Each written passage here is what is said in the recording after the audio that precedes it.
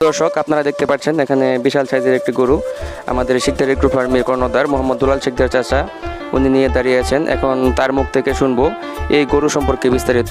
কাকা, আমরা এখন জানতে চাচ্ছি আপনার এই খামারের গরুর যে এই যে আপনার পিছনে যে গরুটা আছে কালা গরুটা, এই গরুটা কি জাতের গরু? গরুটা শাহিওয়াল। শাহিওয়াল জাতের গরু। আমার গায়ের ঘরের। আপনার নিজের গায়ের গরে না? জি। এটার বয়স কত বছর? 3 বছর।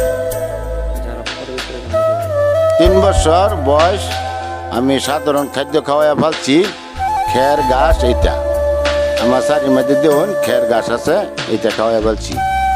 আমার গরুটা হইলো গায়ের ঘরের বাছুর। সাধারণ গরুটা পালছি, যে কোরবানি দিবেন সে আমার সাথে যোগাযোগ করে।